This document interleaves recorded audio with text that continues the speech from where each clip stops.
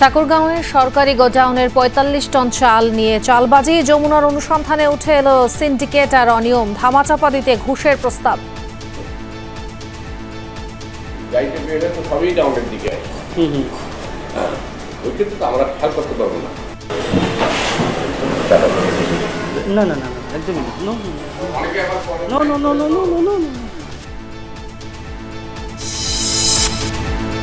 রাজধানীতে কমেছে মাছের যোগান, ইলিশের দাম এখনো মধ্যবিত্তের নাগালের বাইরে। বৃষ্টি প্লাবনের প্রভাব সবজির বাজারে, কাঁচামরিচ ২৪০ টাকা। গণঅভ্যুত্থানের বিচার ও সংস্কার ছাড়া নির্বাচন হলে আবারও ফিরবে পুরনো সমস্যাগুলো, মনে করেন প্রধান উপদেষ্টা। বললেন, লক্ষ্য অর্জনের কাছাকাছি সরকার। Election will end everything from our side. So everything will go into the hands of the people who are elected. Imagine you have the election without doing other two things. Then you go back to the same old problem. নির্বাচন না হওয়া পর্যন্ত বানচালের ষড়যন্ত্র বন্ধ হবে না, বললেন গয়েশ্বর। বিএনপির নেতৃত্বেই গণতন্ত্র পুনঃপ্রতিষ্ঠার কথা বললেন শীর্ষ নেতারা। একটা ষড়যন্ত্র চলমান আছে নির্বাচনকে বানচাল করার জন্য। দেশনেত্রী বেগম খালেদা জিয়া একটা অত্যন্ত দুঃসময়ে বাংলাদেশের জনগণের পাশে দাঁড়িয়েছিলেন। অবাধ নিরপেক্ষ ভোটের জন্য ইসিকে শক্তিশালী করার পরামর্শ বিশ্লেষকদের। নির্বাচন আয়োজনে অতীতের দেয়াল ভাঙাই কমিশনের বড় চ্যালেঞ্জ। সবচেয়ে বড় কথা হলো জনগণের আস্থা অর্জন করা, রাজনৈতিক দলগুলোর আস্থা অর্জন করতে হবে। আস্থার জায়গাটাকে বাড়ানোর জন্য ইলেকশন কমিশনকে দৃশ্যমান কিছু প্রচারণা আনতে হবে। রাজশাহীতে একই পরিবারের 4 জনের মরদেহ উদ্ধার, স্ত্রী ও 2 সন্তানকে হত্যার পর আত্মহত্যা করেন মিনারুল, ধারণা পুলিশের। ওনার আত্মীয়স্বজন বা যারা আছে তাদের কাছে আমি শুনলাম, তারাও বললো যে সিলকুটের লেখাটা উনারই। তো উনার লেখা যেহেতু উনি নিজের আর্থিক অবস্থা, ঋণগ্রস্ততা এগুলো তো উল্লেখ করছে।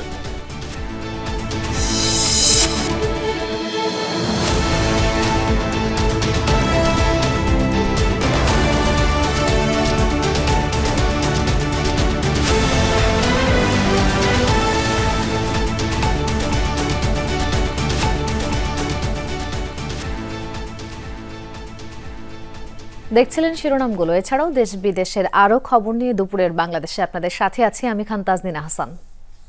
এবার এক চালবাজির গল্প শোনাবো আপনাদের।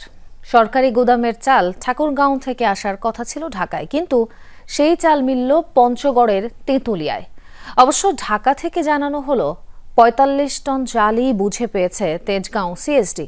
কিভাবে এমন অসাধ্য সাধন হলো, নাহিদ হোসেনের ক্যামেরায় সেটাই জানাচ্ছেন তাজনুর ইসলাম। জুন মাসের 12 তারিখ ঠাকুরগাঁও খাদ্য গুদাম থেকে ঢাকার উদ্দেশ্যে ছেড়ে যায় সরকারি চাল বোঝাই 2টি ট্রাক। নম্বর ঢাকা মেট্রো ট 20-67-60 ও 20-67-61। প্রতিটি ট্রাকে 22.5 টন করে মোট চাল চাপানো হয় 45 টন। একদিন পর 14 জুন পঞ্চগড়ের তেঁতুলিয়া উপজেলার আজিজনগর গ্রামে ভাই ভাই হাস্কিং মিলের গুদামে পাওয়া যায় মোট 57 টন চাল, যার মধ্যে ছিল ঠাকুরগাঁও খাদ্য গুদামের সিলমারা 1492টি বস্তা, প্রতি বস্তায় 30 কেজি করে, মোট প্রায় 45 টন চাল সেখানে। কিন্তু এগুলো তো ঢাকায় যাওয়ার কথা, তেঁতুলিয়ায় এলো কি করে? তেঁতুলিয়া উপজেলা প্রশাসনের এই অভিযানের সময় গুদামের বাইরে রাখা ছিল একটি ট্রাক, যার নম্বর ঢাকা মেট্রো ট 20-67-61। পুলিশের উপস্থিতি টের পেয়ে ট্রাক নিয়ে পালায় চালক। তবে সিসি ক্যামেরার ফুটেজ বিশ্লেষণ করে ওই ট্রাক ও চালককে শনাক্ত করা হয়। চালক জানান, ঢাকা মেট্রো ট 20-67-60 নম্বরের ট্রাকও একই জায়গায় চাল নামিয়েছে। এত বিপুল পরিমাণ চাল অবৈধভাবে মজুদের ঘটনায় ভাই ভাই হাস্কিং মিলের মালিক শহীদুল ও ম্যানেজার সাদেকের নামে মামলা করেন তেঁতুলিয়া এলএসডির অপারেশন ইনচার্জ রুবেল আলম। বিল খুলতে বললে তারা অস্বীকৃতি জানায়, ওইখানে যারা লেবার ছিল। এরপরে ঘুরতে ঘুরতে সবগুলো রুম খোলার পরে দেখি যে আমাদের ঠাকুরগাঁও সদর এলএসডি লেখা চাউলের বস্তা আছে। দেখার পরে বিষয়টা সন্দেহজনক হয়, কারণ চটের বস্তায় তো চাউল অন্য কোথাও থাকার কথা না। আর চটের বস্তায় চাউল যদি থাকেই, সেখানে কি হিসেবে বিতরণ করা হয়েছে সেটার স্টেনসিল মারা থাকে, কিন্তু এখানে কোনো স্টেনসিল নাই। আমার হাতের এই কাগজটি পাওয়া গেছে ঠাকুরগাঁও এলএসডি থেকে, যেখানে পরিষ্কার করে ট্রাক দুটোর নম্বর আর তাতে চাপানো চাউলের পরিমাণ লেখা রয়েছে। সেদিন সেখান থেকে মোট ৪৫ টন চাল ট্রাকে তোলা হয়েছিল। কাকতালীয়ভাবে পঞ্চগড়ের তেঁতুলিয়াতেও প্রায় ৪৫ টন চাল উদ্ধার করা হয়েছিল, সেটি লেখা রয়েছে মামলার এজাহারে। সিসিটিভি ফুটেজ অনুযায়ী আবার ট্রাক দুটোর নম্বরও মিলছে হুবহু। ঠাকুরগাঁওয়ের এত চাল তেঁতুলিয়ায় গেল কেমন করে, এই প্রশ্নের উত্তর খুঁজতে ফিরে যায় ঠাকুরগাঁও এলএসডিতে। ক্যামেরার সামনে কোনো তথ্য দিতে রাজি নন অপারেশন ইনচার্জ আসাদুজ্জামান। একই মালবোঝাই ট্রাক তেঁতুলিয়ায় যায় কি করে, এ প্রশ্নে তার উত্তর, মালবোঝাই ট্রাক গোদামের গেট পার হওয়ার পর তার দায়িত্ব শেষ। গাড়িটা বের হয়ে তো সবই ডাউনের দিকে ওই কিন্তু তো আমরা খেয়াল করতে পারবো না, ডানে গেল না, বামে গেল না, উত্তরে গেল না, দক্ষিণে গেল, ওই কথা বলবো না। যদিও সরকারি বিধি বলে অন্য কথা, সেটি উত্থাপনের পর তড়িঘড়ি করে শেষ করেন আলাপ। এক পর্যায়ে নিজের দায় এড়াতে টিম যমুনাকে টাকাও সেধে বসেন এলএসডির পরিদর্শক। না না না না একদমই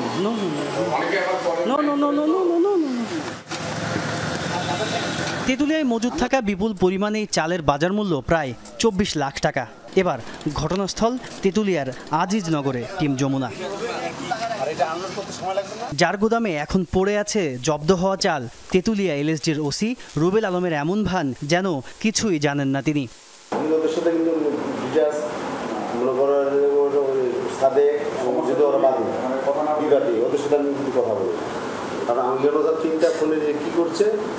এদিকে ঠিকাদার প্রতিষ্ঠান কুষ্টিয়া ট্রেডিং এজেন্সির প্রতিনিধি শফিকুল ইসলাম তখনও জানেন না এ নিয়ে কাজ করছে টিম যমুনা। বলেই বসলেন নির্ধারিত সময়ে ঢাকায় পৌঁছে দেওয়া হয়েছে ২ ট্রাক চাল। গাড়িতে চলে গেছে, আমাদের মাল রিসিভ হয়ে গেছে, আমাদের মালের কোনো সরকারি মাল তো রিসিভ হয়ে গেছে। আপনাদের গাড়িগুলো কি যমুনা ব্রিজ দিয়ে যায় নাকি ফেরি দিয়ে যায়, কাজিরহাট দিয়ে? কোন দিকে যায় সেটাও বলতে পারবে। তোর বেশি মাল নিলে আপনারা ওই ব্রিজ দিয়ে কি ফেরি হয়ে যায়। তেজগাঁও সিএসডি চাল যেখানে আসার কথা, তাদের দাবি চাল এসেছে। ৪৫ টন চাল বুঝে পাওয়ার রিসিভ কপিও দেখান পরিদর্শক নজরুল ইসলাম। তবে ক্যামেরায় কোনো কথা বলতে রাজি নন তিনি। অথচ চালগুলো সব জব্দ হয়েছে তেঁতুলিয়ায়। দরজা বন্ধ করতে হবে।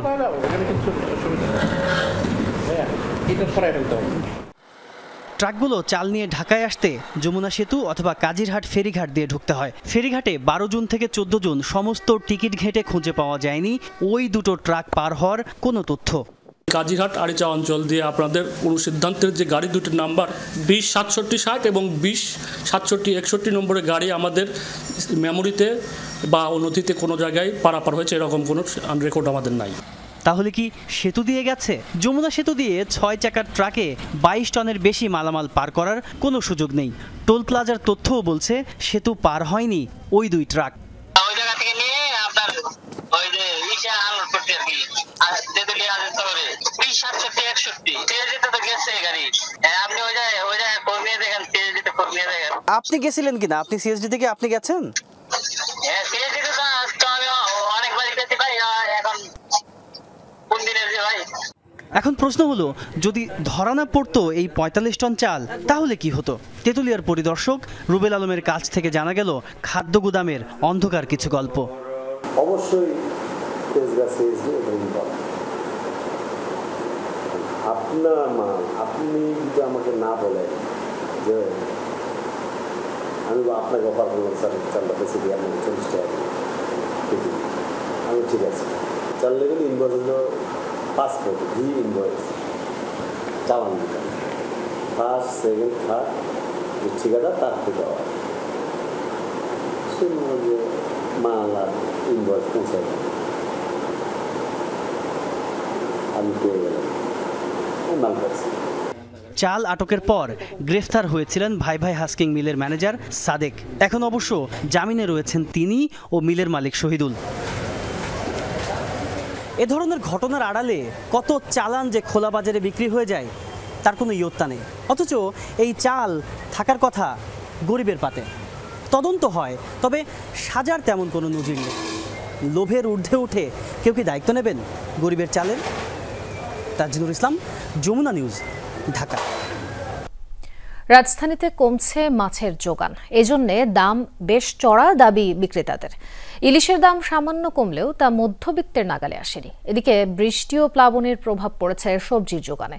প্রতি কেজি কাঁচা মরিচের দর হাঁকা হচ্ছে 240 টাকা। পেঁয়াজের বাজারেও নেই স্বস্তি। বছরের এই সময়ে সবচেয়ে বেশি মাছের যোগান থাকে, কিন্তু বিক্রেতাদের দাবি এবছরের চিত্র ভিন্ন। নদ নদী কিংবা সাগরে মাছের আহরণ কমেছে, তাই বাজারে যোগান কম, আর সে কারণেই দাম কমছে না। চাষের তেলাপিয়া আর পাঙ্গাস ছাড়া 400 টাকা কেজি নিচে কোনো মাছ নেই। আর নদ নদীর সুস্বাদু মাছের স্বাদ নিতে চাইলে গুনতে হবে 600 থেকে 1000 টাকা। তবে ইলিশের যোগান কিছুটা বেড়েছে। ছোট ও মাঝারি আকারের দাম সামান্য কমলেও এখনো মধ্যবিত্তের নাগালের মধ্যে আসেনি। 800 থেকে 900 গ্রাম ওজনের ইলিশ কিনতে হলে গুনতে হবে 1800 থেকে 2000 টাকা। বড় মাছের দাম বেশি, 30 টাকা 20 টাকা কেজি প্রতি বেশি। ইলিশ এবার আগুন 2 দিন নিয়েছিলাম, আর দাঁড়ের কাছেও যাই না এখন, অনেক বেশি, 2200 টাকা কেজি। সম্ভব নাকি? একটা মাছ কিনলে 4-5 টুকরো হয়, এক বেলা হয় না। এবছরে মাছ তো দেখতেছি না, মাছ তো লাগার কথা আর 2 মাস 1.5 মাস আগে। এখন নদীতে তো খুব মাছ কম, মাছ আস্তে আস্তে বাড়তেছে, দাম একটু কমতেছে। বাজারে কমেছে সবজির যোগান, যার প্রভাব পড়েছে দামে। আরও এক দফা দাম বেড়েছে কাঁচামরিচ, বেগুন, করলা সহ বেশ কিছু সবজির। 70 থেকে 80 টাকা কেজির নিচে নেই ভালো মানের কোনো সবজি। মানভেদে 1 কেজি বেগুনের জন্য গুনতে হবে 120 টাকা। করলা শসাও কিনতে হবে 100 টাকায়। সবজির দাম গত সপ্তাহ থেকে এই সপ্তাহে সবজির দাম একটু বেশি। গত সপ্তাহে যেসব মাল বেচছি কেজি থেকে 20 থেকে 30 টাকা বেশি। হ্যাঁ, যেমন বেগুন বেচছিলাম 80 টাকা, সে বেগুন এখন 120 টাকা কেজি।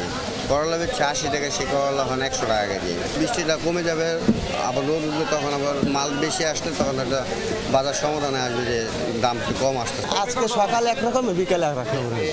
সব সবজির দাম বেশি, আপনার প্রতিটা কেজিতে 20 টাকা 10 টাকা বাড়তি। সরবরাহে ঘাটতি নেই, তবুও বাড়ছে পেঁয়াজের দাম। 1 কেজির জন্য গুনতে হবে 80 থেকে 85 টাকা। মাসুদুজ্জামান রবিন, যমুনা নিউজ, ঢাকা। গণঅভ্যুত্থানে হত্যাকাণ্ডের বিচার ও সংস্কার ছাড়া নির্বাচন হলে বাংলাদেশে আবারও পুরানো সমস্যাগুলো ফিরে আসবে, এই মন্তব্য করেছেন প্রধান উপদেষ্টা ডক্টর মোহাম্মদ ইউনূস। বুধবার মালয়েশিয়ার কুয়ালালামপুরে সিঙ্গাপুর ভিত্তিক চ্যানেল নিউজ এশিয়া সিএনএ টেলিভিশনকে দেয়া সাক্ষাৎকারে প্রধান উপদেষ্টা বলেন, দায়িত্ব নেওয়ার পর যেসব লক্ষ্য নির্ধারণ করা হয়েছিল তার কাছাকাছি অন্তর্বর্তী সরকার। ভারতের সাথে ভালো সম্পর্ক রাখতে চায় দেশ, এমনটাও জানান তিনি। 3 দিনের মালয়েশিয়া সফর শেষে বুধবার দেশে ফেরেন অন্তর্বর্তী সরকারের প্রধান উপদেষ্টা ডক্টর মোহাম্মদ ইউনূস। এর আগেই সে দেশে থাকাকালীন সিঙ্গাপুর ভিত্তিক চ্যানেল নিউজ এশিয়া সিএনএ টেলিভিশনকে দেন সাক্ষাৎকার। প্রধান উপদেষ্টা বলেন, বিগত সরকারের আমলে দেশের সবকিছু ধ্বংস করে দেওয়া হয়েছে। শপথ নেয়ার পর যেসব লক্ষ্য নির্ধারণ করা হয়েছিল তার কাছাকাছি পৌঁছেছে অন্তর্বর্তী সরকার, এমনটা দাবি করেন তিনি।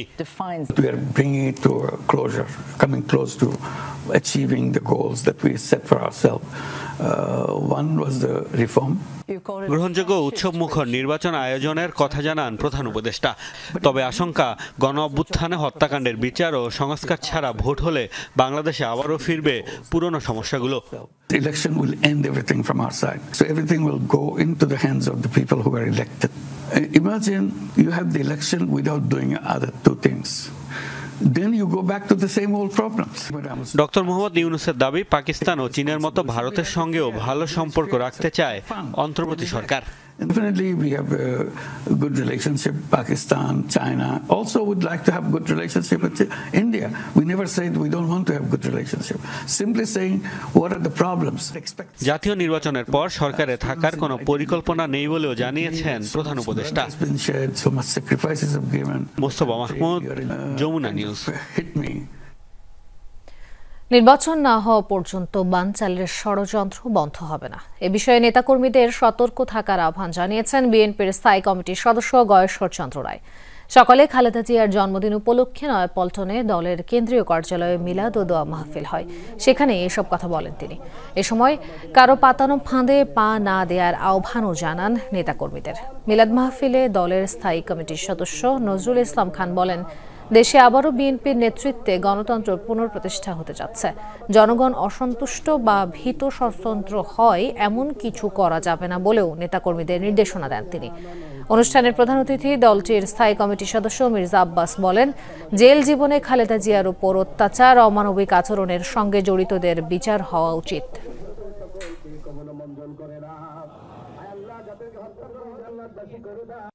একটা ষড়যন্ত্র চলমান আছে নির্বাচনকে বানচাল করার জন্য। সেই কারণেই আমাদের একটু সতর্ক এবং কারো পাতানো ফাঁদে বা কারো পাতানো কথার উত্তর দিয়ে যাতে গণতন্ত্রে ভুলণ্ঠিত না হয়। ফাঁসিবাদের জায়গায় গণতন্ত্রের সূচনা করবেন আবার জনাব তারেক রহমান। আমরা সেই শুভ দিনের প্রতীক্ষা করছি। আর প্রত্যেকটা পরিবর্তন গণতান্ত্রিক প্রক্রিয়া হয়েছে এবং গণতান্ত্রিক প্রক্রিয়া হবে। দেশনেত্রী বেগম খালেদা জিয়া একটা অত্যন্ত দুঃসময়ে বাংলাদেশের জনগণের পাশে দাঁড়িয়েছিলেন, বিএনপির হাল ধরেছিলেন। সৌভাগ্যবশত আমরা কয়েকজন এখানে আছি, ওনার সঙ্গে কাজ করেছি। আমরা দেখেছি তেজদীপ্ত মনোবল এবং সাহসীদের সঙ্গে উনি কিভাবে মোকাবেলা করেছেন। নির্বাচন নিয়ে যদি অন্তর্বর্তী সরকার কোনো ষড়যন্ত্র করে তাহলে বিএনপি নয় বরং দেশের জনগণ তাদের প্রতিহত করবে। একথা বললেন বিএনপি চেয়ারপারসনের উপদেষ্টা জয়নুল আবদিন ফারুক। সকালে প্রেস ক্লাবে খালেদা জিয়ার জন্মদিন উপলক্ষে কর্মজীবী দলের আলোচনা সভা ও দোয়া মাহফিল হয়। সেখানে তিনি বলেন, জনগণের বহু আকাঙ্ক্ষার এই নির্বাচন নিয়ে ষড়যন্ত্র শুরু হয়েছে। যারা 5 আগস্ট জীবন দিয়ে ফ্যাসিবাদের পতন ঘটিয়েছে তাদের রক্তের উপর দাঁড়িয়ে অনেকে নতুন রাজনীতি শুরু করেছে। এ সময় তিনি আরও বলেন, ভোটাধিকারের জন্য 16 বছর দেশবাসী অপেক্ষা করেছে, কিন্তু 71 বিরোধীরা সেই অধিকার নষ্টের জন্য পিআর পদ্ধতির ভোট চাইছে। তিনি বলেন, সুষ্ঠু স্বচ্ছ নির্বাচন উপহার দিতে না পারলে ডক্টর ইউনূসের নাম ইতিহাসে কলঙ্কিতভাবে লেখা থাকবে। সাবধান, দেশের এই ইউনূস সরকারকে নির্বাচন নিয়ে যদি কোনো ষড়যন্ত্রে আপনারা লিপ্ত থাকেন, বিএনপির সাইফুল আলম নীরবের যুব দল লাগবে না, ছাত্র দল লাগবে না, এই দেশের মানুষ আপনাদের প্রতিরোধ করবে। সুষ্ঠু ভোট আয়োজনের জন্য নির্বাচন কমিশন শক্তিশালীকরণের সমান গুরুত্বপূর্ণ প্রশাসন এবং আইনশৃঙ্খলা রক্ষাকারী বাহিনীর নিরপেক্ষ দায়িত্ব পালন। লেভেল প্লেয়িং ফিল্ডের বিষয়টি নির্ভর করে আইন বিধিবিধানের প্রয়োগ ও রাজনৈতিক দলগুলোর উপর। এমনই মনে করছেন নির্বাচন বিশেষজ্ঞ ডক্টর বদিউল আলম মজুমদার এবং জেসমিন টুলি। তাদের মতে, ইসির বড় পরীক্ষা হচ্ছে আস্থাহীনতার দেয়াল ভাঙা। ভোটার নিজের ইচ্ছায় স্বতঃস্ফূর্তভাবে কেন্দ্রে গিয়ে ভোট দিবেন পছন্দের প্রার্থীকে, এমন স্বাভাবিক অবস্থা ভুলতে বসেছিলেন নাগরিকরা। পরপর 3টি নির্বাচনে বিতর্কের ধারাবাহিকতায় তৈরি হয় আস্থাহীনতা। 24-এর 5 আগস্ট বদলে যাওয়া আবহে এবার আগামী ফেব্রুয়ারিতে সংসদ নির্বাচনের ঘোষণা দিয়েছে অন্তর্বর্তী সরকার। বিশ্লেষকরা বলছেন, অতীতের দেয়াল ভাঙাই ইসির সবচেয়ে বড় চ্যালেঞ্জ। ভোটারদের আস্থায় আনা, নির্বাচনের পুরো সময় জুড়ে আইনশৃঙ্খলা পরিস্থিতি নিয়ন্ত্রণে রাখা, সামাজিক মাধ্যমের অপব্যবহার মোকাবেলা করতে হবে কমিশনকে। তারা কোনো অন্যায় না করলেও ওই সন্দেহতা থেকে যায়। সবচেয়ে বড় কথা হলো জনগণের আস্থা অর্জন করা। রাজনৈতিক দলগুলোর আস্থা অর্জন করতে হবে। তারা ব্যর্থ হলে তো বড় বিপর্যয় অপেক্ষা করছে। যেহেতু একটা দীর্ঘদিন ক্ষমতায় থাকা একটা দল অংশগ্রহণ করছে না, তার কর্মকাণ্ড কেমন হবে সেটা কিন্তু আমরা প্রেডিক্ট করতে পারছি না। এটা আমাদের কোনো চিন্তার মধ্যে আসছে না, কিন্তু ভোটারের চিন্তার মধ্যে আসবে। আস্থার জায়গাটাকে বাড়ানোর জন্য ইলেকশন কমিশনকে দৃশ্যমান কিছু প্রচারণা আনতে হবে, যে আপনারা ভোট কেন্দ্রে আসবেন, নিরাপদে আসবেন। এরই মধ্যে শক্তিশালী কমিশনের জন্য ভোট বাতিল, নির্বাচিত হওয়ার পরও প্রার্থিতা বাতিলের মতো বিভিন্ন বিষয় যুক্ত করে আচরণ বিধি প্রস্তাব করেছে ইসি, যা এখন অধ্যাদেশ হিসেবে জারির অপেক্ষায়। এগুলোর পাশাপাশি বিশ্লেষকরা জোর দিচ্ছেন সদিচ্ছার উপর। পলিটিক্যাল পার্টিগুলোকে নিজেদের দায়িত্ব নিতে হবে, যে আমরা দেশে সুষ্ঠু নির্বাচন চাই। বহিষ্কার করলাম আমার দলের লোক না, এইখানে এইটুকু বলে ছাড় দিলে কিন্তু হবে না। এই দায়িত্ব পলিটিক্যাল পার্টিগুলোকে নিতে হবে। সরকার বড় অংশীজন, সরকার মানে আইন শৃঙ্খলা রক্ষাকারী বাহিনী, সরকার মানে প্রশাসন। তারা যদি সঠিকভাবে ভূমিকা পালন না করে তাহলে কিন্তু সবচেয়ে কার্যকর শক্তিশালী স্বাধীন নির্বাচন কমিশনও নিরপেক্ষ নির্বাচন কমিশন সুষ্ঠু নির্বাচন করতে পারবে না। বদিউল আলম মজুমদার ও জেসমিন টুলির মতে জনপ্রিয়তার দিক থেকে একটি দল এগিয়ে। এমন অবস্থায় সবাই যেন সমান সুযোগ পায় তা নিশ্চিত করতে দায়িত্বশীল আচরণ করতে হবে রাজনৈতিক দলগুলোকে। অসময় যখন যুদ্ধটা বাঁধে তখন কিন্তু অনেক কিছু আনফেয়ার ঘটার সম্ভাবনা থেকে যায়। Lovely Bithi, Jamuna news, Dhaka. 15 August ঘিরে সর্বোচ্চ নিরাপত্তা ব্যবস্থা জোরদার করা হয়েছে ধানমন্ডি 32 এবং আশপাশের এলাকায়। ভোর থেকেই সেখানে আইনশৃঙ্খলা বাহিনী সতর্ক অবস্থানে। পুলিশের পাশাপাশি র্যাব ও বিজিবি মোতায়েন আছে। জনসমাগমও তুলনামূলক কম। তবে শ্রদ্ধা জানাতে এসে তোপের মুখে পড়েন আওয়ামী লীগের এক নারী কর্মী এবং একজন রিকশা চালক। পুলিশ জানায় যে কোনো অপ্রীতিকর ঘটনা এড়াতে তারা তৎপর। এছাড়া বৃহস্পতিবার সন্ধ্যায় ধানমন্ডি 32 নম্বর থেকে উৎসুক জনতা কার্যক্রম নিষিদ্ধ সংগঠনের সমর্থক সন্দেহে 5 জনকে আটক করে পুলিশের সোপর্দ করে। এ সময় আটককৃতদের মারধর করতেও দেখা যায়, তবে তাদের পরিচয় নিশ্চিত হওয়া যায়নি। রুটিনকার যে নিরাপত্তা ব্যবস্থা সেটাই নেওয়া হয়েছে, আর আমাদের হয়তোবা কিছু বাড়তি ফোর্স আমরা মোতায়েন করছি। এটাই এখনো ওই ধরনের অপ্রীতিকর কোনো ঘটনার সংবাদ আমাদের কাছে নাই।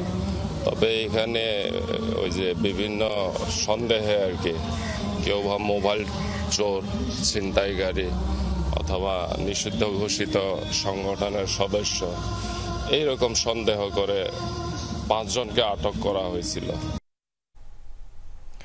আজ 15 আগস্ট শেখ মুজিবুর রহমানের মৃত্যুবার্ষিকী। ইতিহাসের এই দিনেই সপরিবারে হত্যা করা হয় বঙ্গবন্ধুকে। গতবারের মতো এবারও দিবসটি এসেছে ভিন্ন আবহে। আওয়ামী লীগ সরকারের টানা 3 মেয়াদে 15 আগস্ট জাতীয় শোক দিবস হিসেবে পালিত হতো। গত বছর রাজনৈতিক দলগুলোর সঙ্গে আলোচনা করে সাধারণ ছুটি বাতিল করে অন্তর্বর্তী সরকার।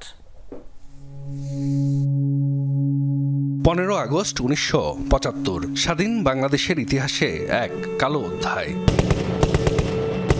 15 আগস্ট ভোররাতে কিছু বিপদগামী সেনা সদস্য ধানমন্ডি 32 নম্বরের বাসভবনে সপরিবারে হত্যা করে বঙ্গবন্ধু শেখ মুজিবুর রহমানকে। বঙ্গবন্ধুকে হত্যা করেই তারা থামেনি। বুলেটের আঘাতে একে একে প্রাণ হারিয়েছেন তার সহধর্মিনী বেগম ফজিলাতুন্নেসা মুজিব, ছেলে শেখ কামাল, শেখ জামাল, শিশু শেখ রাসেল সহ পুত্রবধূ সুলতানা কামাল ও রোজি জামাল। নির্মম ওই হত্যাযজ্ঞে প্রাণে বাঁচতে পারেননি বঙ্গবন্ধুর অনুজ শেখ নাসের, ভগ্নিপতি আব্দুর রব সেরনিয়াবাদ, তার ছেলে আরিফ ও মেয়ে বেবি, সুকান্তবাবু, বঙ্গবন্ধুর ভাগ্নে যুবলীগ নেতা শেখ ফজলুল হক মনি, তার অন্তঃসত্ত্বা স্ত্রী আরজুমনি, আব্দুল নাইম খান রিন্টু, কর্নেল জামিল সহ পরিবারের 16 সদস্য ও ঘনিষ্ঠজন। ওই ঘটনার সময় 2 মেয়ে শেখ হাসিনা ও শেখ রেহানা বিদেশে অবস্থান করছিলেন। ছাত্র জনতার অভ্যুত্থানে গেল বছরের 5 আগস্ট পদত্যাগ করে দেশ ছাড়তে বাধ্য হন সাবেক প্রধানমন্ত্রী শেখ হাসিনা। এরপর নিষিদ্ধ হয় আওয়ামী লীগের কার্যক্রম। যদিও ফেসবুকের মতো সামাজিক যোগাযোগ মাধ্যমে আলোচনা ও কর্মসূচির ঘোষণা দিয়েছে দলটি। জাহিদ হাসান, যমুনা নিউজ। রাজশাহীতে একই পরিবারের 4 জনের মরদেহ উদ্ধার করেছে পুলিশ। সকালে পবা উপজেলার বামুনশিকড় এলাকায় নিজ বাড়িতে তাদের মরদেহ পাওয়া যায়। পুলিশ জানায় একটি ঘরে ফ্যানের সাথে ঝুলন্ত অবস্থায় মেলে মিনারুল ইসলামের মরদেহ। সেই ঘরের বিছানায় ছিল তার 13 বছরের ছেলে মাহিমের নিথর দেহ। পাশের ঘর থেকে উদ্ধার করা হয় স্ত্রী স্বাধীনা বেগম এবং 1.5 বছর বয়সী মেয়ে মিথিলার মরদেহ। পাশ থেকে একটি চিরকুট মেলে, সেটার নিচে মিনারুলের নাম লেখা। চিরকুটে লেখা আছে, ঋণের দায়ে এবং খাবারের অভাবে সন্তান ও স্ত্রীকে শ্বাসরোধে হত্যা করে মিনারুল। এরপর নিজেও আত্মহননের পথ বেছে নেন। স্থানীয়রা জানায় দীর্ঘদিন ধরে ঋণগ্রস্ত ছিলেন কৃষক মিনারুল।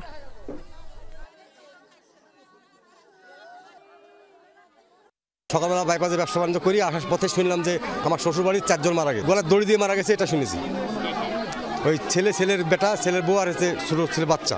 পরিবারের 4 জন মারা গেছে। তো পরবর্তীতে এসে দেখি যে বাসায় মেয়ে আর মেয়ের ছেলে ওই মানে এক পাশে আছে, আর বাপ আর আরেকটা ছেলে আর 2 জন এক পাশে আছে। চিরকুটে আছে, আমি ওনার আত্মীয়স্বজন বা যারা আছে তাদের কাছে আমি শুনলাম, তারাও বললো যে চিরকুটের লেখাটা উনারই। তো উনার লেখা যেহেতু উনি নিজের আর্থিক অবস্থা, ঋণগ্রস্ততা এগুলো তো উল্লেখ করছে। এ বিষয়ে আরো জানাতে যুক্ত হচ্ছেন সহকর্মী তারেক মাহমুদ। তারেক, এই ঘটনা নিয়ে স্বজন ও প্রতিবেশীরা কি বলছেন, আর পুলিশ সবশেষ কি তথ্য জানিয়েছে? তাজনীন, এখনও পিবিআই এবং ডিবি পুলিশ তারা কাজ করছে তদন্তের স্বার্থে, এবং তারা একটু পরে কিন্তু ময়নাতদন্তের জন্য রাজশাহী মেডিকেল কলেজ হাসপাতালের যে মর্গ রয়েছে, মর্গে কিন্তু তাদের এই পরিবারের 4 জনের যে লাশ সেটি কিন্তু নেওয়া হবে, এবং এখন পর্যন্ত সেই কার্যক্রম সেটি চলছে। আমি আত্মীয় স্বজনদের সাথে কথা বলেছি, আত্মীয় স্বজনরা বলছে যে দীর্ঘদিন থেকে যে এই মিনারুলের বিভিন্ন নেশাতে তিনি আসক্ত ছিলেন, জুয়াতে আসক্ত ছিলেন, এবং সে কারণে তিনি ঋণগ্রস্ত ছিলেন এবং পরিবার নিয়ে কিন্তু বিভিন্নভাবে সমস্যার মধ্যে ছিলেন। 4 জনের পরিবারে তিনি চিঠিতে লিখে গেছেন যে তিনি ঋণগ্রস্ত ছিলেন এবং পরিবারের সদস্যদের নিয়মিত খাবার দাবার তিনি দিতে পারছিলেন না। এই বিষয়গুলো নিয়ে আসলে তিনি দীর্ঘদিন থেকে হতাশার মধ্যে ছিলেন। সবথেকে বড় যে বিষয়টি হচ্ছে, তার আত্মীয় স্বজন বলেছে যে তিনি জুয়াতে আসক্ত ছিলেন। জুয়াতে আসক্ত থাকার ফলে তিনি বিভিন্নভাবে ঋণগ্রস্ত হন এবং পরিবারের কাছে চাপ আসে, এবং এলাকার কয়েকজনের কাছে তিনি টাকাও ধার নিয়েছেন, বিভিন্ন এনজিওতে টাকা নিয়েছেন। সেই ঋণগ্রস্ত থেকেই, হতাশা থেকেই কিন্তু এই ঘটনাটি পারিবারিক কলহে কিন্তু হতে পারে বলে আত্মীয় স্বজনরা, পরিবারের সদস্যরা বলছে, এবং পুলিশ এখন পর্যন্ত ময়নাতদন্তের জন্য লাশ বের করবে। রাজশাহী মেডিকেল কলেজ হাসপাতালের যে মর্গ সেখানে নিয়ে যাবে, এবং তারা পুলিশের যে কার্যক্রম তদন্তের সাথে সেগুলো করছেন। তাজনীন, যুক্ত হওয়ার জন্য ধন্যবাদ তারেক। লালমনিরহাট ও কুড়িগ্রামে নদ নদীর পানি কিছুটা কমলেও এখনও চরাঞ্চল ও নিচু এলাকা নিমজ্জিত বানের জলে। ডালিয়া ব্যারেজ পয়েন্টে গতকাল তিস্তার পানি বিপদসীমার 18 সেন্টিমিটার ওপরে থাকলেও আজ তা নিচ দিয়ে প্রবাহিত হচ্ছে। পানি কিছুটা কমলেও ব্যারেজের ভাটিতে থাকা লালমনিরহাটের হাতিবান্ধা, কালীগঞ্জ, আদিতমারি ও সদরের 20টি গ্রামের নিম্নাঞ্চল বানের জলে নিমজ্জিত। পানিবন্দী অন্তত 7,000 পরিবার। অনেকে গবাদি পশু নিয়ে আশ্রয় নিয়েছেন বাঁধ কিংবা শিক্ষা প্রতিষ্ঠানে। বন্ধ রয়েছে বেশ কয়েকটি বিদ্যালয়। পানিতে তলিয়ে আছে রোপা আমন, সবজি সহ ফসলের ক্ষেত। পানি প্রবাহ স্বাভাবিক রাখতে খুলে রাখা হয়েছে ব্যারেজের 44টি জলকপাট। কুড়িগ্রামে দুধকুমার নদীর পানি কিছুটা কমলেও তা বিপদসীমার সমান রয়েছে। এছাড়া তিস্তা, ধরলা ও ব্রহ্মপুত্রের পানিও গতকালের তুলনায় কিছুটা কমেছে। তীরবর্তী নিচু এলাকার রাস্তাঘাট পানিতে তলিয়ে থাকায় ভোগান্তি পোহাতে হচ্ছে স্থানীয়দের। তলিয়ে আছে চরাঞ্চলের কৃষি জমিও। রংপুরে তিস্তা তীরবর্তী নিচু এলাকার বাড়িঘর থেকে পানি নেমে গেলেও ডুবে আছে বিস্তীর্ণ আমনের ক্ষেত। এদিকে পদ্মার পানি বেড়ে প্লাবিত হয়েছে কুষ্টিয়ায় দৌলতপুরের 4 ইউনিয়নের নিম্নাঞ্চল। পানিবন্দী হয়ে পড়েছেন প্রায় 40,000 মানুষ। রাস্তাঘাট তলিয়ে যাওয়ায় দুর্ভোগ চরমে। এর মধ্যে বন্ধ ঘোষণা করা হয়েছে 16টি বিদ্যালয়। এছাড়া চাঁপাইনবাবগঞ্জে পদ্মা ও মহানন্দার পানিতে ডুবেছে তীরবর্তী নিম্নাঞ্চল। পানিবন্দী প্রায় 5,500 মানুষ। সেই সাথে কিছু এলাকায় দেখা দিয়েছে নদী ভাঙন। জন্মাষ্টমী উপলক্ষে 2 দিন ব্যাপী কর্মসূচির আয়োজন করেছে মহানগর সার্বজনীন পূজা উদযাপন কমিটি। প্রথম দিন শনিবার বিকেল 3টায় পলাশীর মোড়ে জন্মাষ্টমীর মিছিলের উদ্বোধন করবেন 3 বাহিনী প্রধান। জন্মাষ্টমী উপলক্ষে সাংবাদিকদের সাথে পূজা উদযাপন কমিটির মতবিনিময় সভায় এসব তথ্য জানানো হয়। উদ্বোধনের পর মিছিলটি পলাশী মোড় থেকে বিভিন্ন পয়েন্ট ঘুরে পুরানো ঢাকায় বাহাদুর শাহ পার্কে শেষ হবে। দ্বিতীয় দিনের কর্মসূচি পালিত হবে 19 আগস্ট। জন্মাষ্টমীর আয়োজনে নিরাপত্তা নিশ্চিত করা হয়েছে উল্লেখ করে পূজা উদযাপন কমিটির সদস্যরা জানান, নিরাপত্তা নিয়ে কোনো সমস্যা হবে না, সেটি গোয়েন্দা সংস্থার পক্ষ থেকে আশ্বস্ত করা হয়েছে। চিরাচরিত পলাশী মোড়ে ঐতিহাসিক কেন্দ্রীয় জন্মাষ্টমী মিছিলের উদ্বোধন হবে, যা এবার এক নবযুগের সূচনা করবে। এই ঐতিহাসিক মিছিল আনুষ্ঠানিকভাবে উদ্বোধন করবেন মাননীয় সেনা প্রধান জেনারেল ওয়াকরুজ্জামান, মাননীয় নৌবাহিনী প্রধান অ্যাডমিরাল মোহাম্মদ নাজমুল হাসান, মাননীয় বিমান বাহিনী প্রধান air chief marshal Hasan Mahmud Khan এবং নবম পদাতিক ডিভিশনের মাননীয় GOC major general Mohammad Moin Khan. যুক্তরাষ্ট্রের সাথে নতুন পারমাণবিক চুক্তির ইঙ্গিত দিলেন রুশ প্রেসিডেন্ট ভ্লাদিমির পুতিন। মার্কিন প্রেসিডেন্ট ডোনাল্ড ট্রাম্পের সাথে বৈঠকের আগে পুতিন শান্তি প্রতিষ্ঠায় মার্কিন প্রশাসনের প্রচেষ্টার প্রশংসা করেন। ক্রেমলিন জানিয়েছে, ইউক্রেন যুদ্ধের পাশাপাশি আলোচনা হবে দুই দেশের অর্থনৈতিক সম্পর্ক উন্নয়নের বিষয়েও। এদিকে ট্রাম্পের আশা, চুক্তিতে সম্মত হয়ে শান্তি প্রতিষ্ঠা করবেন পুতিন। দাবি, তিনি প্রেসিডেন্ট না হলে পুরো ইউক্রেনই দখলে নিত রাশিয়া। বিশ্বের সবচেয়ে শক্তিধর দুই দেশের রাষ্ট্রপ্রধানের মধ্যে বৈঠক। গত 3.5 বছর ধরে চলা ইউরোপের সবচেয়ে বড় সংকট ইউক্রেন যুদ্ধ ইস্যুতে হবে আলোচনা। সঙ্গত কারণেই বর্তমানে ট্রাম্প পুতিন বৈঠক নিয়ে আলোচনা তুঙ্গে। কি সিদ্ধান্ত আসতে পারে তাদের সরাসরি সাক্ষাতে? ইউক্রেন যুদ্ধের জেরে তলানিতে ঠেকেছে রাশিয়া ও যুক্তরাষ্ট্রের সম্পর্ক, যার জেরে দুই দেশ স্থগিত করেছে একের পর এক চুক্তি। তবে এবার আশার কথা শোনালেন রুশ প্রেসিডেন্ট ভ্লাদিমির পুতিন। মার্কিন প্রেসিডেন্টের সাথে আলোচিত বৈঠকের আগে জানালেন, কৌশলগত অস্ত্র নিয়ে নতুন চুক্তি হতে পারে মস্কো ওয়াশিংটনের মধ্যে। আমেরিকার বর্তমান প্রশাসন শত্রুতা সংকট বন্ধের লক্ষ্যে সংশ্লিষ্ট সকল পক্ষের মধ্যে চুক্তিতে পৌঁছানোর জন্য বেশ উদ্যমী ও আন্তরিক প্রচেষ্টা চালাচ্ছে, যাতে রাশিয়া ও ইউরোপের মধ্যে দীর্ঘমেয়াদী শান্তি প্রতিষ্ঠা করা যায়। তাদের সাথে কৌশলগত আক্রমণাত্মক অস্ত্র নিয়ন্ত্রণে চুক্তিতে পৌঁছানো গেলে এই শান্তি আরও দৃঢ় হবে। কোন চুক্তির কথা বলেছেন পুতিন সেটি স্পষ্ট না করলেও রাশিয়া ও যুক্তরাষ্ট্রের মধ্যে হওয়া অধিকাংশ সমঝোতা হয়েছে পারমাণবিক অস্ত্র ইস্যুতে।